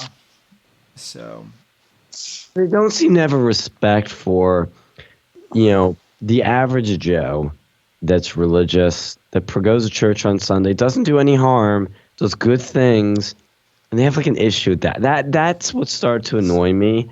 Is when because I know some people that are religious. Like I know a good friend at Penn State who's super duper religious. And I disagree with him fundamentally, but he's the sweetest guy. He's the nicest guy I've literally ever met. Couldn't be kinder. He does so many nice things, people. And I'm like, I, I can't hate. Like, look, if religion's working for him, fucking great. If it's made him this good, that's awesome. It's not for me. I think it's not for some other people, but I just don't get what's so. I just don't get that with the atheists, where they have to just go out of their way to hate these Christians. Because, like, that's the other thing that's annoying me. It's like the left loves to bash Christianity and is scared to touch Islam. Like, you should be bashing religions with fucking crazy, insane ideas, like killing gays. Stop bashing Christians for actually doing good stuff, for being good people, and for being the best religion that's created so many great things in the West. Like, why aren't we attacking this medieval shit where people are getting crucified in the Middle East and burned and thrown off buildings for being gay? That's what we need to be focusing on, but they're scared to because, oh, these people are minorities in our country. We can't touch them. We're going to touch the white guy. We can do that. It's so hypocritical and just silly. yeah. Now, as like a Christian, I have to say that I believe, that there is a God, and I believe in Christ as the Savior. And a large part of that is because as someone with a disability, I've been able to do things that I shouldn't be able to do according to doctors and whatnot. So I do believe Yeah. that I'm divinely blessed. But at the same time, the I do have a huge problem with the religious right, so to speak, because I try and keep my religion and politics separate. Because Mm. whenever religion gets involved in politics, almost every time it turns into a disaster. At least within my lifetime, it has. So I, The I only totally agree. the only problem with that though is like the left has gone further and further away from religion, like or Christianity, really. And it's like you're really not hearing it. It used to be, you know, it used to be a good part of the even the left, like and it's gone completely like they've gone completely away from Christianity, and it's like you you're headed toward a disaster because like this country was founded on religion, and like we have a First Amendment that has freedom of religion, and you can celebrate whatever religion you want, but the majority of the people were Christians. They were Christians, and even the people that weren't religious that signed off on the Constitution understood the importance of Christianity in society. Like the whole as a whole, and by the way, that reminded me. There was one time where Obama was like said something to the tune of, "Oh well." more people were killed in the name of Christianity than any other religion. And it was like, Bullshit. and I'm like, no. So he is right. But what the fucking this misleading fucker did was he put like he went back like hundreds of years Yeah. and basically rounded off with the included the Crusades and all this crazy shit that happened in like the fucking from the 1300s on and shit. Like Yeah. he's rounding that up to where it equals all the fucked up shit that Islam is doing today, right? They're doing it today, right? You're Yes. talking about throwing gays and killing gays off, throwing them off of buildings. You're talking about stoning women for cheating on their spouses. You're talking about Islamic countries that won't even let women drive without a man present. Like, I mean, that's not a bad idea. Let's be honest. well, like I'm I'm kidding. saying, I'm saying, like, you want to talk about you like it's so hypocritical to bash Yeah. Christianity, yet support a religion that's antithetical to the very groups that you claim you're trying to be inclusive with. Like, what? Oh, That's not inclusive. Like Sharia law Islam is not inclusive at all. It's like, what the hell are you talking about? yeah, and that's where I have a problem with the left, and it turned me off so much with their Christian bashing. I'm like, guys, that's such a safe fucking thing to do, to hate on Christianity. Hate on Islam, I'll give you some props for that, because that takes some balls to do. You know, I'm not saying you should hate on Muslims as individuals, but if you want to hate on the religion, because it has shitty ideas, well, that takes a lot more guts to do in today's world. Um, and the thing, too, is, you know, what got me, it's almost like they're fake on it, because if they really were being intellectually honest, they would attack all bad things about all religions, but they focus on Christianity, which is weird. And I don't like the whole idea of, the gay, anti-gayness in any religion. But with Islam, it's fundamentally so much worse. And I always bring this up, and it just tells the whole story. Is that if you look at every country in the world, only Muslim majority countries is homosexuality still punishable by death. By death. By law. No Christian countries that way, to my knowledge. None at all. Maybe a few. I could be wrong. But at the most, it's mostly Muslim majority countries. And that's fucked up. Christianity has had some bad times, had some dark ages, but it's enlightened itself. It had an enlightenment period. Islam has never had an enlightenment period, hence why it's still medieval as shit.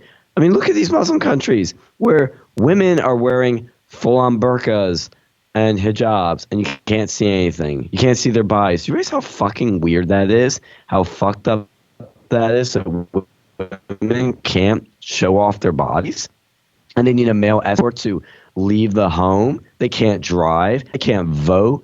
I mean, do people realize just how backwards, how medieval that is? And you compare it to America, where women have the exact same rights as men, can do everything men can do. I mean, I just think about that. Just think about these women that have literal cloths covering their entire bodies. It's insane. It's still happening in huge chunks of the world. I think people just forget how fucking insane that is. Yeah, yeah, I think people do forget, how insane it is. And you're kind of an interesting anomaly, Sean, because you're an atheist, but you support Christianity and you're a conservative. Like you're an anomaly. Oh, and you go to Penn State, which is one of the most, as far as I can tell, liberal campuses, in the country. So, and same with Dictator, Phil. Well, I know he's no longer, a student, but he's an alumni. I think, aren't you, Phil? Mm-hmm. Or Yep. so, and then Also, did I say that you served in the military? I did. Well, thank you for your service. Thank So, you. well, I always like to I I'm very thankful for our vets. So, um, and now we have a whole religious debate sparking up in the chat. So that's lovely. Um, but guys, it is midnight, and I don't want to keep you for too much longer. So, any other points that you guys would like to bring up? I guess in closing. Last thing I would say is that as an atheist, I think America needs more Christianity to purge degeneracy, bring civility, and make people happier. Other than that, subscribe to Versa Media on YouTube, on all the podcasting platforms, and follow us on Twitter at Versa News Media. If you want to stay up to date on stuff and hear my voice that's not sounding like Hillary Clinton's, it sounds much more bearable too. And man, the chat really is blowing up. This is funny. So if you guys want to continue conversation, hop on to our stuff too. Because we got some cool interviews like with Milo Yiannopoulos, Mike Cernovich, Stick Saxonhammer, Sargon of Akkad, and Hunter Avalon. And of course, the full event with Sargon of Akkad and Hunter Avalon. Those at Penn State is on our channel. And there's some really spicy clips from that, especially the Q&A. So I think you'll just have a good time with that. Yeah, actually, before you guys go, before we before we sign off here, someone actually brought up a good point here. So you guys won't be able to see this, but I I do want to. I am going to go to your channel real quick. So um.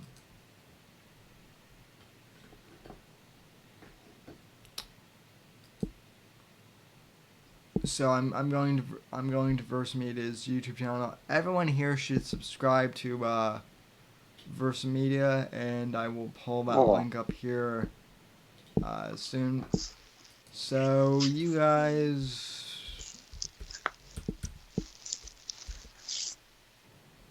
So how long have you guys had the show now? I have to ask. Oh shit. I think since my sophomore year is when I started doing the radio show at Penn State, and we didn't start uploading it to YouTube till I think a year ago, and I only started doing that because I wanted a backup platform. I wanted to expand things. I wanted to get more views, obviously, and get more people engaged with us. And we just ever since because it was just Alex, me, and a third guy that came in a few times, and another guy came in a few times. But once Dictator Phil came in is when everything jumped up to another level, and December 10th, when YouTube decides to purge all of us. yeah, Yes, the infamous YouTube purge is coming, right, folks? And sorry about that. I guess we had a broken up YouTube. Yeah, yeah, guys. Sorry about that. The YouTube stream just crashed there for a sec, but we're back Yeah. now. So anyway, yeah, subscribe to Versa Media. Ideally before December 10th when they axe us all. I mean, I don't know what the logistics of that is, but I mean, I only made it to 500 subscribers. These guys have made it to 272. So, so we're you, not. None us. of us here are commercially viable, obviously. So we'll probably get axed. But yeah, I mean, you Who guys. who needs it? Who needs intelligent thought in comedy when you could listen to fucking Lily sing for God knows how long? Yeah, from corporate sponsored, YouTube channels and whatnot. So, and mark my words, YouTube, this mass banning of people will be your undoing. So, once you start getting rid of the smaller channels, it will be, it will be your downfall. So, Mhm. But anyway, guys, I want to thank you so much for joining me tonight. Ladies and gentlemen, thank you for joining me in the chat. Those of you who have watched live, and thanks to those of you who have been listening on the audio podcast. Well, as always, you can follow the Whitfield Report on uh, Twitter and Instagram at somebody_NDC. You can follow me on Gab and Minds at Sam Whitfield, Facebook.com/Whitfield Report, and thesamwhitfield.com is my website. I want to thank you all for joining me very much tonight, and from all of us here at NGC